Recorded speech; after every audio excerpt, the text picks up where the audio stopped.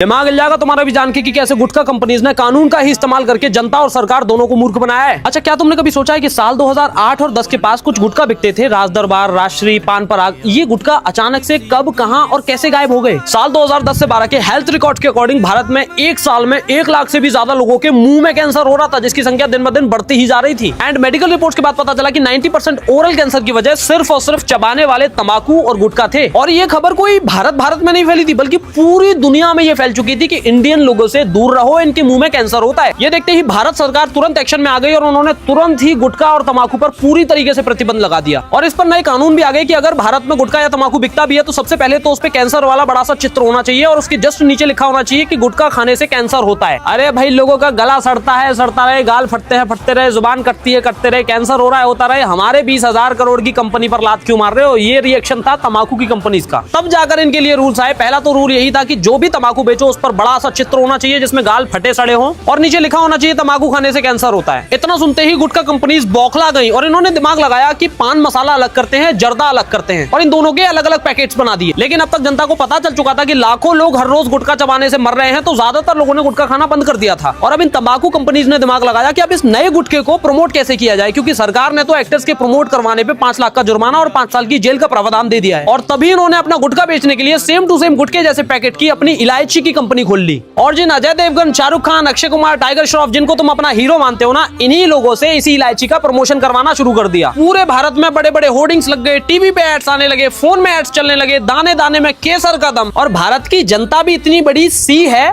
भाई ने बोला कैंसर को खाने का तो खाने का। सरकार ने तो तंबाकू बैन करा के तुम्हारी जान बचानी चाहिए, लेकिन तुम्हारे ही सो कॉल्ड हीरोज ने तुम्हें उसी कीचड़ में धकेल के करोड़ों कमा लिए। जो तंबाकू इंडस्ट्री साल 2011 में 20,000 करोड़ की थी, आज 70,000 करोड़ की है। इसके पीछे कौन है? देखो, मुझे सरकार से, गुटखा कंपनी से, बड़े बड़े हीरोज से कोई लेना देना नहीं है। मुझे लेना देना है सिर्फ तुमसे, क्योंकि तुम मेरे अपने हो। अगर तुम्हारे फैमिली में, जानने में कोई भी गुटखा चबाते हैं ना, तो ये कड़वा है परंतु सत्य है। बस उस दिन का इंतजार करो जब गुटखा चबाते हुए उनकी जुबान या फिर गाल उनके दांत के नीचे आ जाएगा और उस पर कट लग जाएगा। और तब भी वो गुटखा यूं ही चबाते रहे तो दुनिया का कोई भी डॉक्टर नहीं बचा पाएगा उनके मुंह का कैंसर होने से। तो बस यही एड याद आएगा जो सिनेमा हॉल्स में चलता है। और सुनो, जो अपनी बहन या बेटी की शादी के लिए बड़ी मेहनत से 1-1 रुपया जोड़कर इकट्ठा किए हुए हो ना, एक चवन्नी खर्च हो जाएगी इलाज में। घर, मकान, दुकान, प्लॉट, खेत सब बिक जाएंगे, लेकिन ये जबड़ा ठीक नहीं होगा। अभी सेव कर लेना इस वीडियो को, वरना ये फीड में खो जाएगी। और भेज देना कम से कम 50 लोगों को, ताकि भविष्य में वो कभी भी गुटखा तंबाकू ना खाएं। और मेरी इतनी सारी बातों में से एक बात भी पल्ले पड़ी हो तो फॉलो जरूर कर लेना।